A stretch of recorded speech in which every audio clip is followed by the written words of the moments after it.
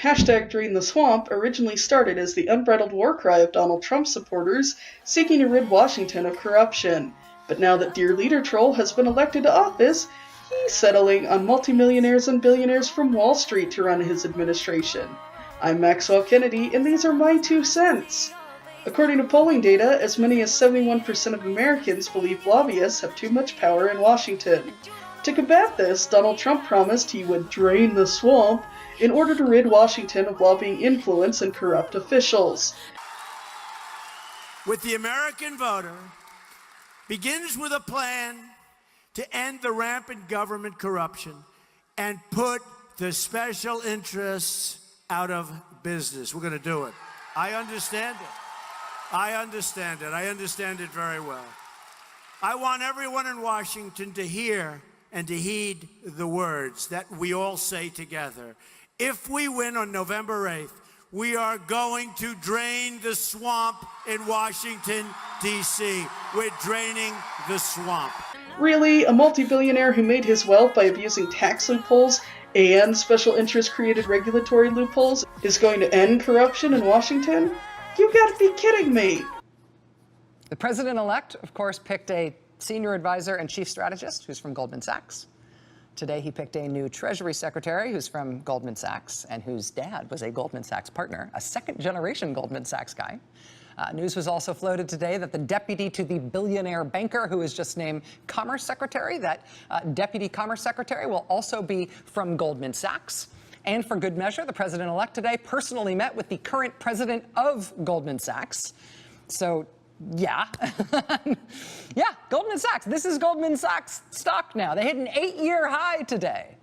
They haven't flown this close to the sun since the financial catastrophe of 2008. Good times.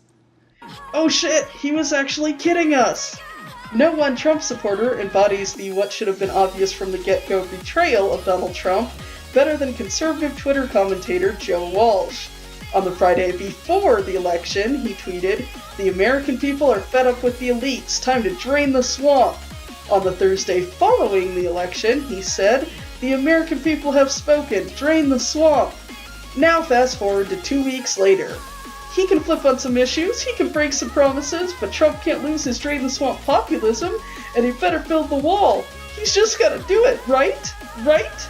Now fast forward another 8 days when all those hashtag drain the swamp Goldman Sachs appointees were made known to the American public. What does Joe Walsh have to tweet? "Mr. Trump, this is bullshit. Can you hire someone who doesn't work for Goldman Sachs? What about the swamp? Huh? So there you have it, America. I'm Donald Trump, and it took me less than 30 days to completely screw you over." Speaking of destroying the people who voted for him, Trump's blatant corruption is so bad that he placed a phone call to Taiwan on Friday, nearly causing a war between the US and China. "Hello, Taiwan, I need that hotel built ASAP. I gotta get out of here. The United States just elected a crazy person to the White House." Trump's corruption doesn't just end with the people he's putting on his cabinet. He kicked off a victory rally last week in Ohio and Indiana. As part of this rally, he touted his carrier deal, in which he literally handed out $7 million in taxpayer money to Carrier in order to get them to keep less than 1,000 jobs here in the United States. If you want to know why this is bad, we have no further to look than America's don't you know sweetheart, Sarah freaking Palin. She was one of the first politicians to endorse President-elect Donald Trump, and she's reportedly in the running for a cabinet post. But that's not stopping former Alaska Governor Sarah Palin from ripping on Trump's deal with HVAC giant Carrier. In an op-ed published Friday on Young Conservatives, the 2008 Republican vice presidential candidate basically calls Trump's deal to preserve jobs at a Carrier plant crony capitalism. Well, at least Donald Trump wasn't profiting off this Carrier deal like he did with the whole nearly blowing up the entire planet by calling Taiwan to expedite his hotel construction thing, right?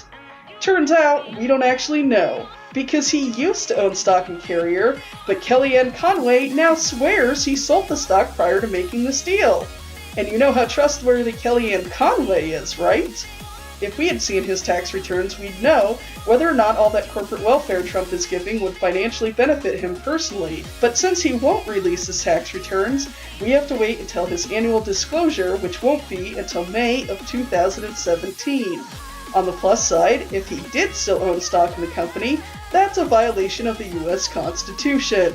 So maybe after Donald Trump finishes off America in February, we'll be able to see why he did it in May of 2017. Hooray! I'm Maxwell Kennedy, and that's been my 2 cents.